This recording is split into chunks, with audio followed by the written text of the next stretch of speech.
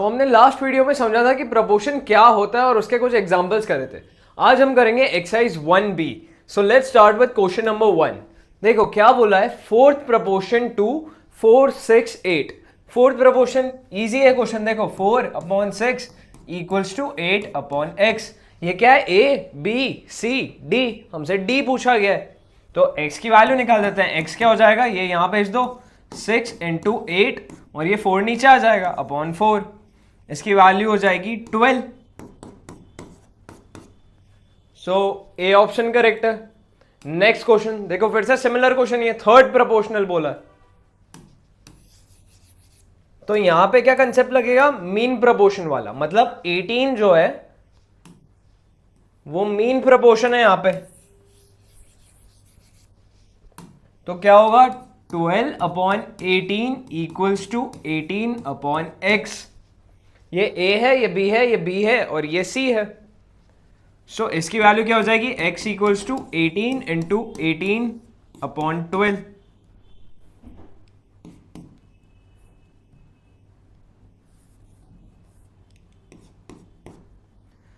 इसे कैंसिल करेंगे तो ये 6 × 3 होता है, ये 6 × 2 होता है, ये 2 9 टाइम्स होता है। इसकी वैल्यू आ जाएगी 27। तो देखो बी ऑप्शन मैच कर रहा है। थर्ड वाला, द मीन प्रोपोर्शनल बिटवीन। अब देखो यहां पे उनने वर्ड यूज करा है बिटवीन, तो इसका मतलब है ये तो ए है, ये सही है, बट ये क्या है, सी है। अगर आप इसको बी मान के कि a/b इक्वल्स टू b/c कर रहे हैं तो गलत हो जाएगा।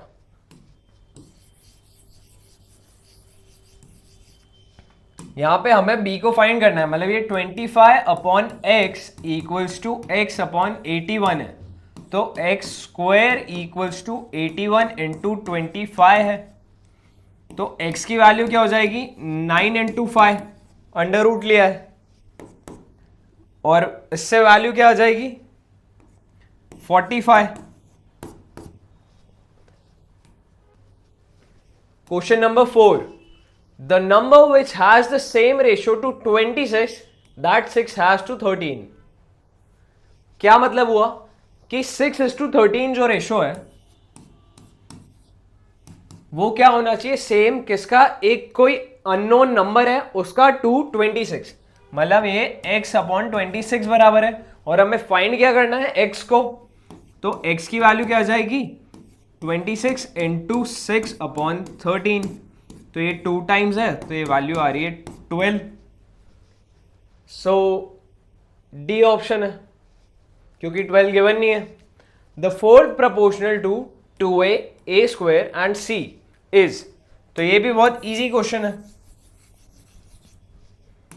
क्या दिया है, 2a/a² हो जाएगा किसके बराबर, c/x के। x को हमें फाइंड करना है तो x की वैल्यू क्या आ जाएगी, c × a²/2a। तो a² से एक a हट गया तो वैल्यू क्या बची, a × c/2। This is the final answer. देखो ए ऑप्शन मैच कर रहा है। क्वेश्चन नंबर 6, 4 नंबर्स गिवन है, 1/2, 1/3, 1/5 और 1/x, और ये बोला है कि ये प्रोपोर्शनल है, तो x की वैल्यू क्या होगी।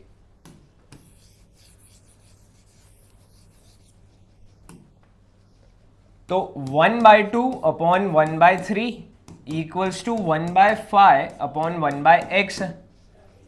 तो 1/2/1/3 को हम क्या लिखेंगे, 3/2, ओके, इक्वल्स टू x/5 हो जाएगा। ये मैंने कैसे लिखा, क्योंकि ये 1/2 है और अपॉन में 1/3 को मैं लिख सकता हूं 3/1।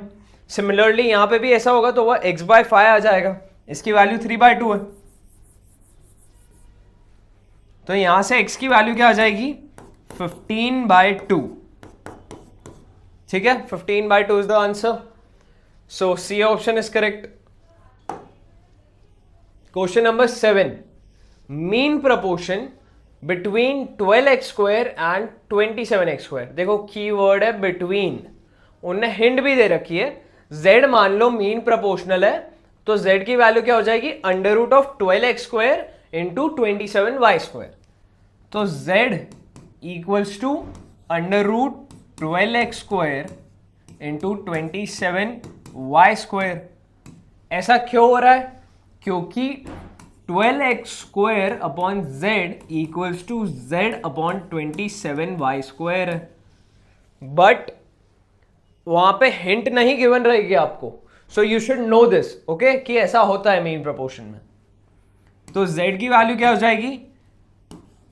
अंडर रूट जब सॉल्व कर रहे हैं तो 12 को मैं क्या लिख सकता हूं? 4 इंटू 3, x² तो बाहर हो जाएगा, और ये क्या है? 3 का क्यूब, इंटू में ये रूट के बाहर क्या है? x और y, ठीक है, x और y को रूट के बाहर कर दिया है। 4 क्या होता है? 2 का स्क्वायर इंटू 3 की पावर 4 है, या फिर इसको मैं लिख सकता हूं 9 का स्क्वायर, और यहां पे क्या है? एक्स वाई रूट के बाहर। तो जब अंडर रूट लेंगे तो क्या हो जाएगा? 2 इंटू 9, मतलब तो जब अंडर रूट लेंगे तो क्या हो जाएगा? 2 इंटू 9 मतलब 18xy। सो फाइनल आंसर आएगा 18xy, A option. Question number 8, ए की वैल्यू क्या है? b/2 के बराबर इक्वल्स टू c/5। तो हमें बताना है a:b:c कितना होगा।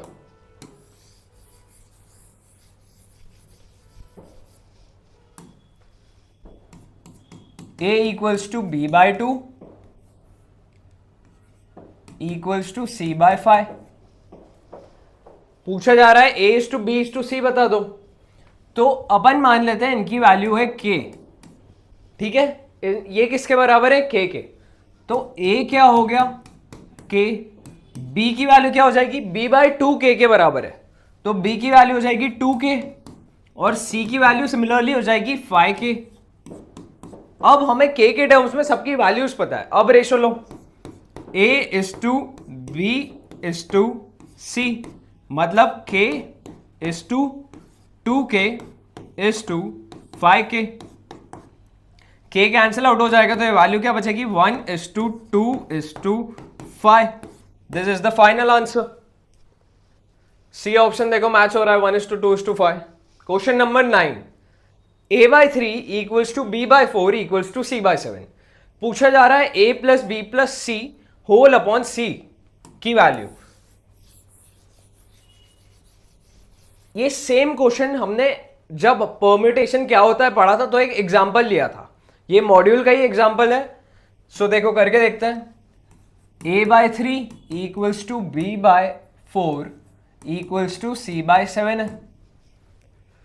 एड एंडो प्रॉपर्टी का यूज करेंगे। एड एंडो प्रॉपर्टी से क्या होता है? जो भी एंटीसीडेंट्स हैं a plus B plus C upon 3 plus 4 plus 7, मतलब जो भी कॉन्सिक्वेंस है 14, ये हो जाएंगे इन सब के बराबर। ये तीनों वैल्यूज बराबर है, लेकिन हमें यहां क्या चाहिए? नीचे c, तो हम इक्वेट करेंगे इसे c/7 से।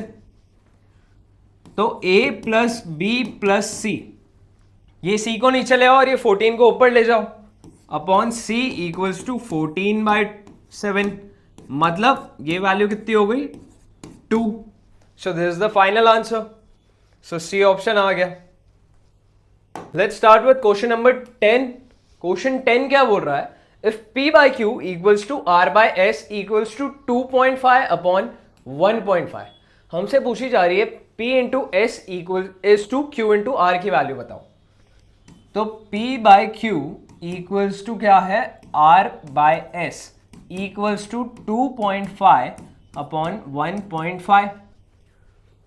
हमें क्या पूछ रहे हैं? p into s is to q into r। इस पार्ट को हटा दो, इसकी नीड ही नहीं है इस क्वेश्चन में। ये पार्ट में आप क्रॉस मल्टीप्लाई कर दो, तो क्या आ गया? p into S equals to q into r।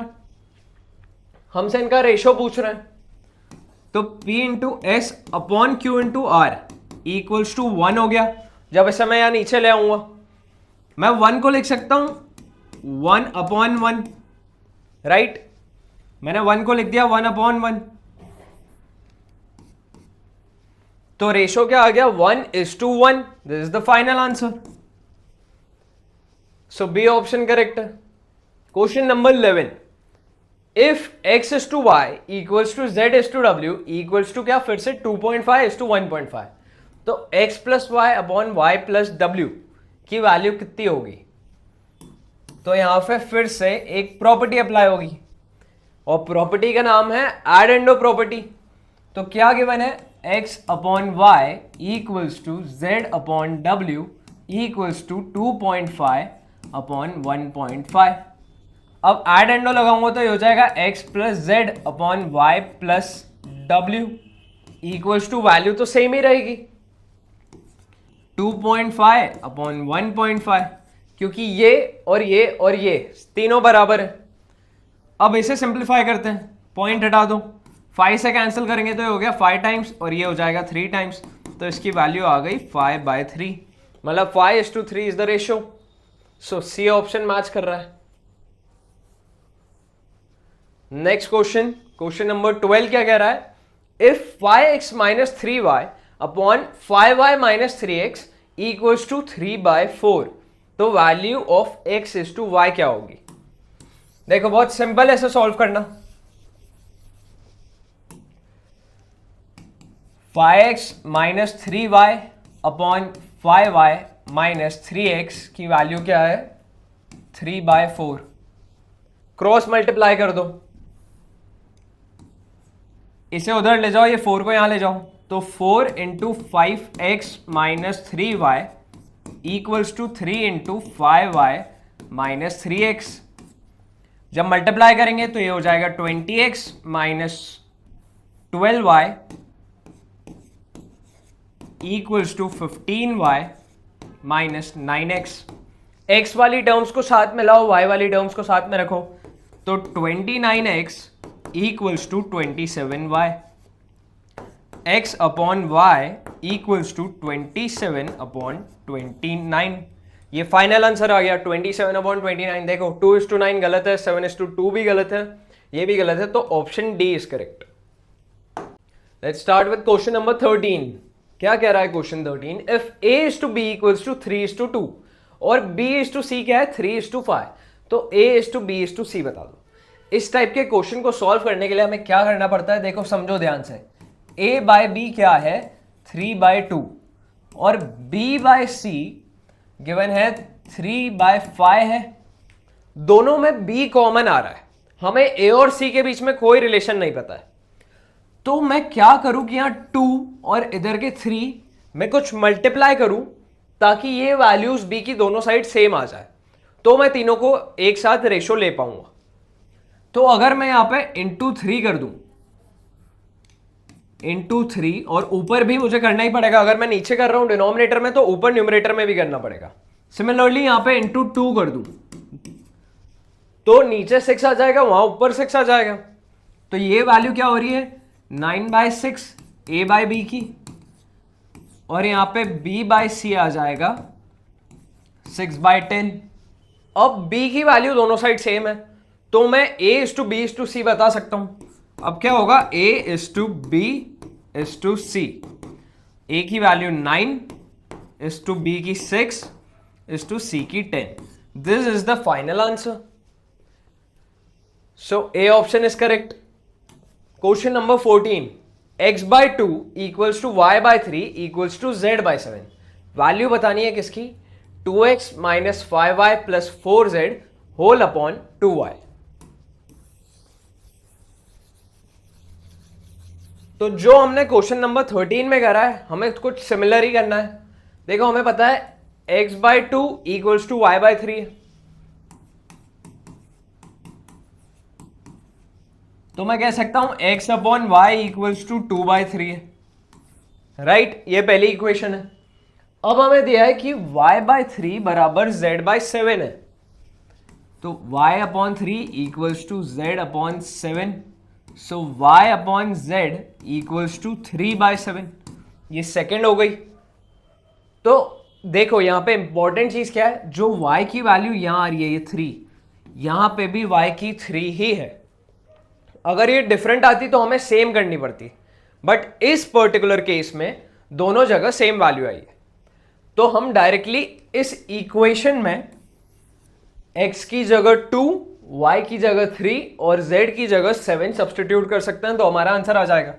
तो x इक्वल्स टू 2 लो, y इक्वल्स टू 3 लो और z इक्वल्स टू 7 लो, और इसमें सब्सटीट्यूट करो तो क्या आ जाएगा 2 into 2 minus 5 into 3 plus 4 into 7 whole upon 2 into 3। इसकी वैल्यू चाहिए, ये क्या हो गया 4 माइनस 15 प्लस 28 अपॉन में 6। 28 माइनस 15 ये वैल्यू होती है 13, 13 प्लस 4 इज 17, तो फाइनल आंसर आ रहा है 17 अपॉन 6।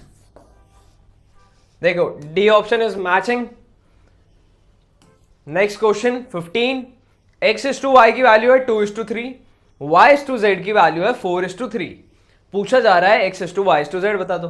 तो दोनों क्वेश्चन सिमिलर ही थे, वही चीज यूज करनी है हमें वापस से।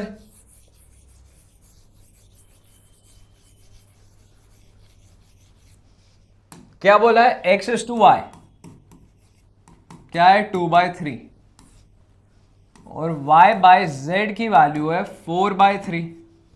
कुछ मल्टीप्लाई करना पड़ेगा ताकि यहां पे जो वैल्यू आए और यहां जो वैल्यू आए वो सिमिलर हो जाए। तो मैं क्या मल्टीप्लाई कर सकता हूं x अपॉन वाई में, ताकि देखो वहां पे क्या है 4 है, यहां 3 है, 3 इंटू 4 होता है 12 और 4 इंटू 3 भी होता है 12। तो यहां इंटू 4 करो, इधर भी इंटू 4 करो, यहां पे इंटू 3 और यहां पे भी इंटू 3। तो x अपॉन वाई की वैल्यू आ जाएगी 8/12 और y बाय z की वैल्यू आ जाएगी 12/9। अब वैल्यू हम यूज कर सकते हैं x is to Y is to z। क्या हो जाएगा 8 इज टू 12 इज टू 9। ये सिंप्लीफाई हो सकता है क्या? नहीं। सो देखो मैच करो ऑप्शन, डी ऑप्शन मैच हो रहा है, सो डी ऑप्शन इज करेक्ट। तो कंटिन्यू करते हैं क्वेश्चन नंबर 16 से। क्या बोल रहा है question 16? Division of 750 rupees 3 parts में, ऐसे 3 पार्ट्स कि उनका रेशियो है 4:5:6। तो देखो यहां दिमाग नहीं लगाना है, क्या करना है ऑप्शन से चेक करो। ए ऑप्शन क्या बोल रहा है 200, 250, 300।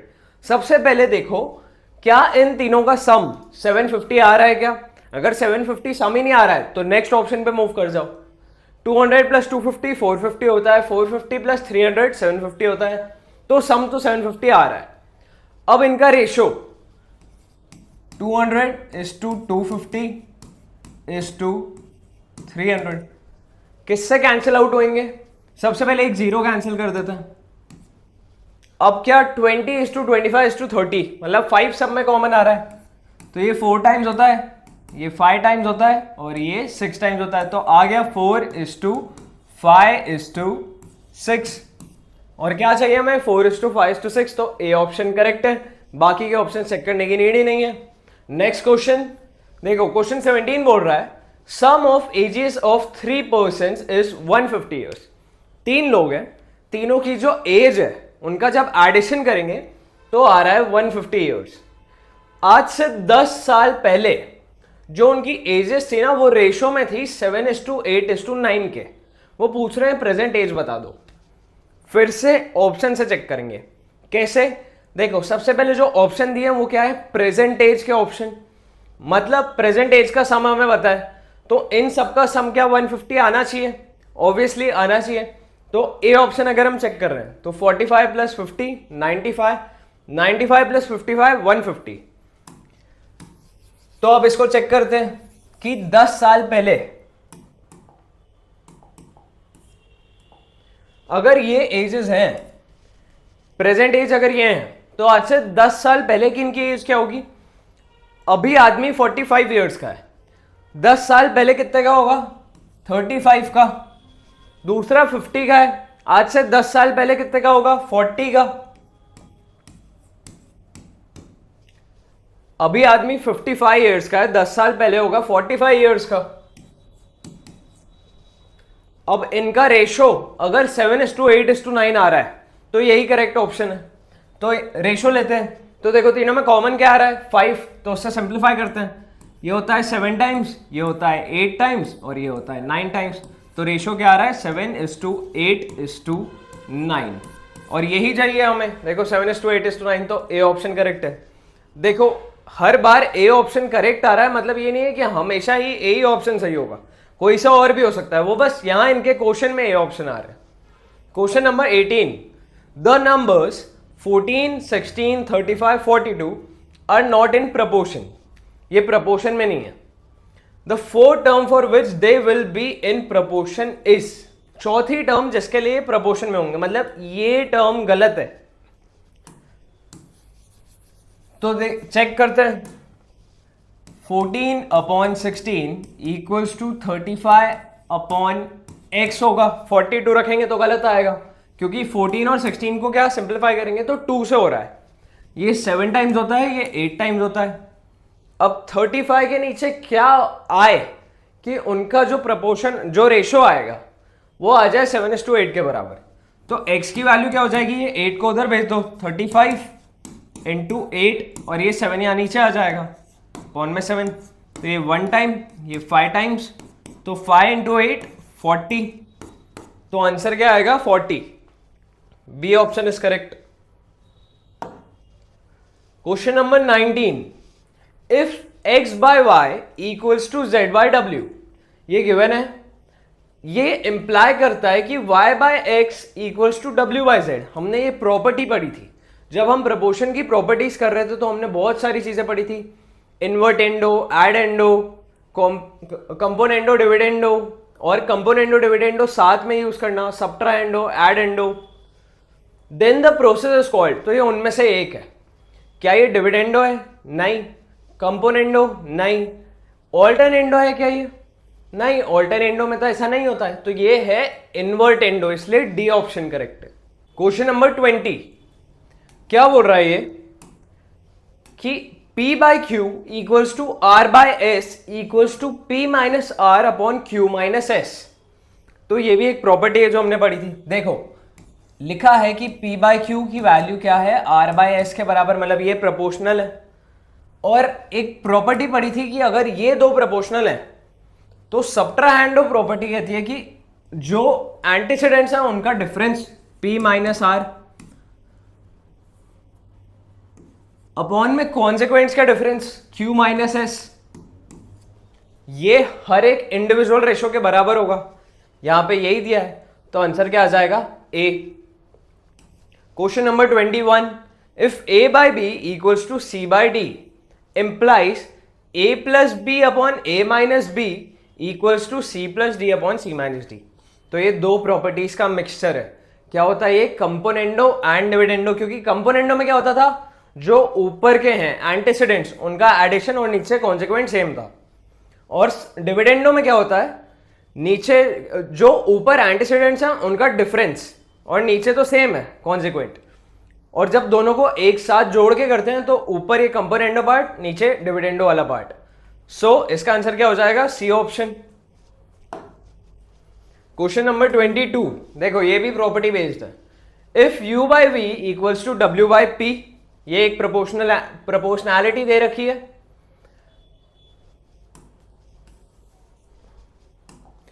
Question number 22, if u by V equals to w by P, तो ये प्रोपोर्शनल है। Then u minus v upon u plus v equals to w minus p upon w plus p। Componendo dividendo use हो रहा है फिर से, तो process को क्या बोलेंगे? इन्वर्टेंडो गलत है, ऑल्टरनेंडो गलत है, एडेंडो भी गलत है, तो डी ऑप्शन करेक्ट है। क्वेश्चन नंबर 23, 12, 16, और ये बेसिकली क्वेश्चन मार्क टाइप मान लो, एस्ट्रिक्स दे रखा है, एंड 20 क्या है? प्रपोर्शन में, तो इसकी वैल्यू क्या है? तो कैसे होगा ये? 12 अपॉन 16 इक्वल्स टू अपॉन में क्या आ जाएगा? 20, तो इसकी वैल्यू क्या आएगी? 20 को ऊपर ले जाओ तो 12 इंटू 20 अपॉन 16। 12 और 16 को सिंप्लीफाई अगर करेंगे तो 4 के टेबल में ये 3 टाइम्स आता है और ये 4 टाइम्स आता है, और ये हो जाएगा 5 टाइम्स, 4 से कैंसिल करके 5 into 3 15। So this is the final answer, C option. Question 24 similar है फिर से, 4 एस्ट्रिक्स 9 और 13 इंटीजर 1/2 क्या है? प्रपोर्शन में, तो एस्ट्रिक्स की वैल्यू बता दो। पहले समझो, जो ये लिखा है 13 इंटीजर 1/2, इसका मतलब है 13.5 कह लो इसको, या फिर इसको लिख सकते हैं 13 इंटू 2 प्लस 1 होल अपॉन 2। तो ये वैल्यू क्या हो जाएगी? 13 इंटू 2 26, 26 प्लस 1 27/2। 27/2 13.5 होता है।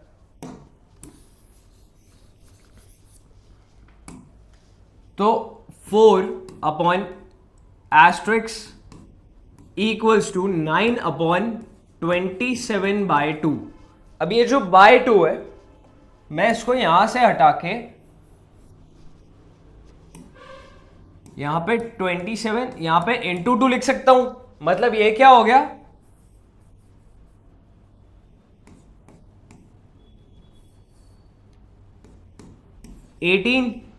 अब इसे सॉल्व करेंगे तो एस्ट्रिक्स को उधर ले जाओ, इधर इन्हें इधर क्रॉस मल्टीप्लाई करो तो एस्ट्रिक्स की वैल्यू आ जाएगी 4 इंटू 27 अपॉन 18।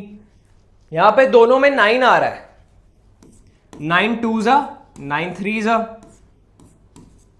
तो इसकी वैल्यू आ गई 6। This is the final answer. तो ए ऑप्शन करेक्ट है। क्वेश्चन नंबर 25 क्या पूछ रहे हैं? मीन प्रोपोर्शनल बिटवीन का ध्यान रखना है 1.4 ग्राम्स एंड 5.6 ग्राम्स। मतलब 1.4 upon X equals to X upon 5.6। तो एक्स स्क्वायर इक्वल्स टू 5.6 इंटू 1.4। ये वैल्यू निकालनी है हमें।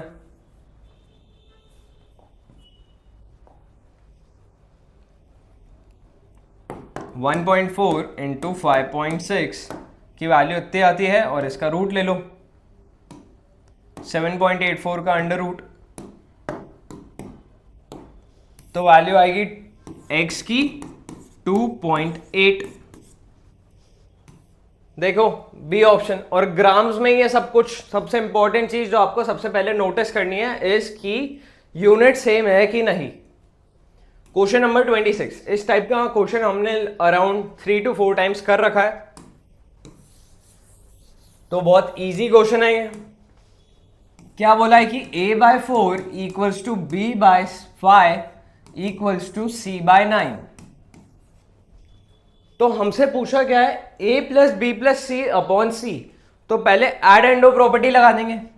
तो एड एंडो प्रॉपर्टी से ये तीनों किसके बराबर हो जाएंगे? इस वैल्यू के a plus B plus C upon में क्या आ जाएगा? 4 प्लस 5 प्लस 9 मतलब 18। अब ये इन तीनों के बराबर है। हमें क्या चाहिए? डिनोमिनेटर में c। तो c/9 को इसके बराबर कर दो।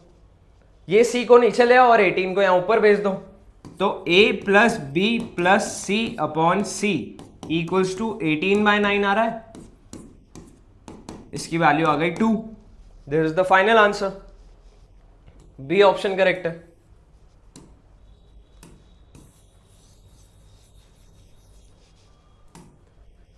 Question number 27, two numbers are in the ratio 3:4। दो नंबर हैं, उनका रेशियो क्या है? 3:4।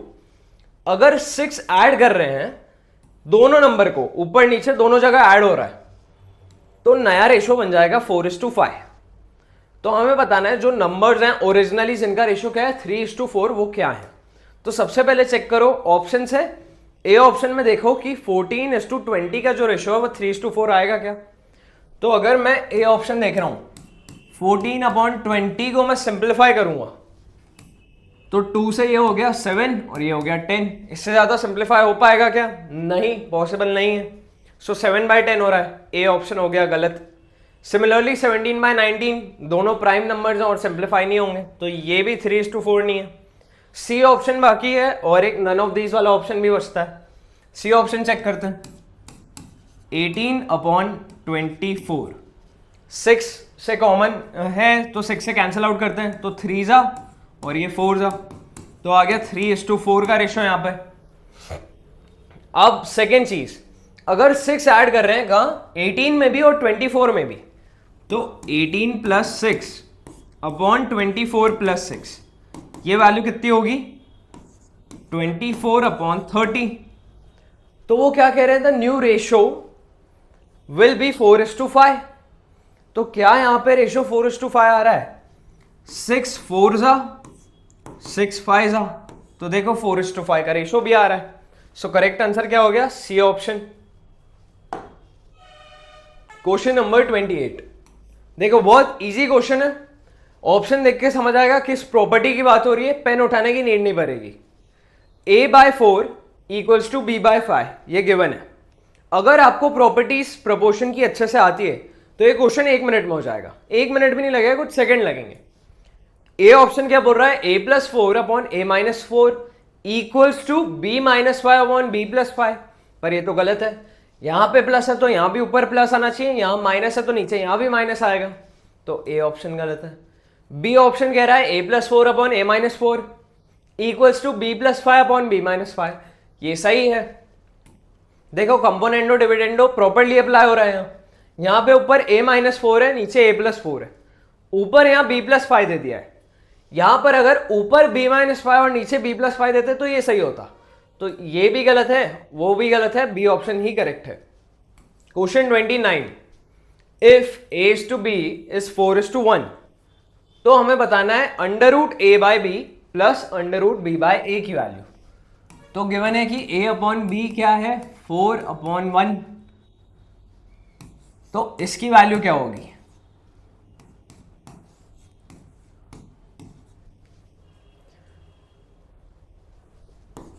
यहां पे मैं लिख दूं 4/1 अंडर रूट में, क्योंकि a/b तो 4/1 है, प्लस ये प्रॉपर्टी होती है, इसका उल्टा उनकी वैल्यूज का उल्टा हो जाएगा, तो ये 1/4 हो गया। इसे क्या कहते हैं? इन्वर्टेंडो, उल्टा कर देना। अब रूट है तो ये वैल्यू क्या हो जाएगी? 2/1 प्लस 1 का रूट तो 1 है, नीचे 4 का हो जाएगा 2, तो फाइनली ये क्या हो गया? 2 + 1/2, तो वैल्यू कितनी आ गई? 5/2। This is the final answer, तो ए ऑप्शन करेक्ट है।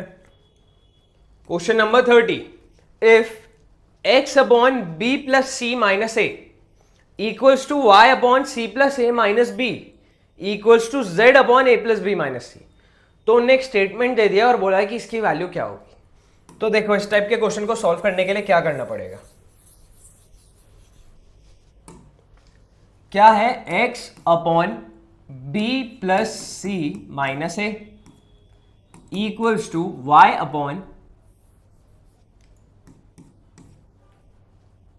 c plus a minus b equals to z upon a plus b minus c। एक काम करो, इन तीनों की वैल्यू बराबर कर दो, किसके?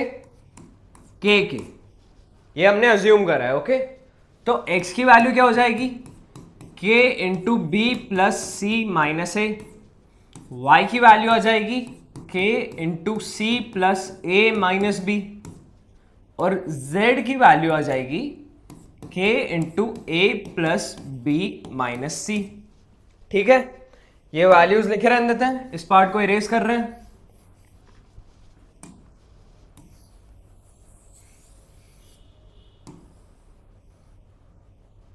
ये तीन वैल्यूज हैं। अब ये स्टेटमेंट में x, y और z की वैल्यू पुट कर दो, तो b minus C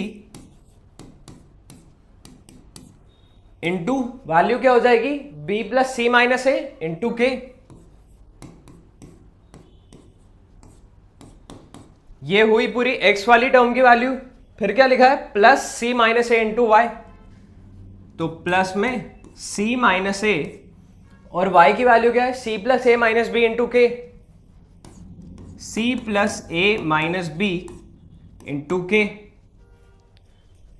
plus z वाली टर्म क्या है? a minus B into Z, तो a minus B into Z की वैल्यू क्या है? a plus B minus C into K. अब ये लेंदी जाएगा, हमें मल्टीप्लाई करना पड़ेगा, बट एक प्रॉपर्टी अगर आपको पता है तो बहुत सिंपल हो जाएगा। a minus B into A plus B, इसकी एक प्रॉपर्टी होती है कि ये वैल्यू आएगी a² माइनस बी² के बराबर। तो देखो यहां b माइनस सी है, यहां पर ब्रैकेट लगा दो, तो ये b प्लस सी हो गया। यहाँ पे यहां एक ब्रैकेट लगा दो और एक ब्रैकेट इधर लगा दो। तो एक टर्म a प्लस बी है, एक टर्म माइनस में c है, यहाँ पे एक टर्म c प्लस है, यहाँ माइनस में b है उसके साथ, और b प्लस c है और माइनस में a है उसके साथ। अब मल्टीप्लाई करेंगे तो थोड़ी कैलकुलेशन कम पड़ेगी, तो b minus C into B plus C, ये वैल्यू हो गई B square minus C square. अब b minus C into minus है, तो एक एक से मल्टीप्लाई करना पड़ेगा। Minus A into B minus A B minus A into minus C plus A C, multiply में क्या है k, फिर लिखा है प्लस में c minus A into C plus A, तो ये हो गया C square minus A square, minus में b into C minus A, तो minus B into C minus B C minus B into minus A plus A B, into में k है, plus a minus B into A plus B, ये value हो जाएगी A square minus B square minus C into A minus A C minus C into minus B, तो ये value कितनी हो जाएगी प्लस बी सी इंटू के।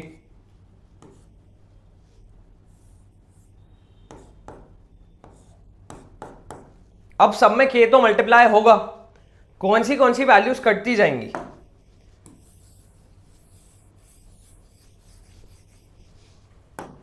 देखो एक बार k मल्टीप्लाई करके देख लेते हैं, ये क्या हो जाएगा बी स्क्वायर के माइनस सी स्क्वायर के माइनस ए बी के प्लस ए सी के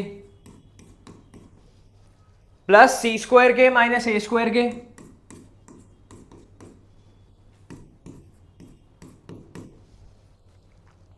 माइनस बी सी के प्लस ए बी के,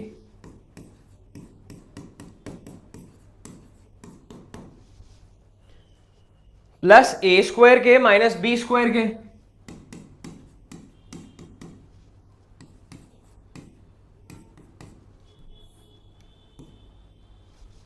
माइनस ए सी के प्लस बी सी के,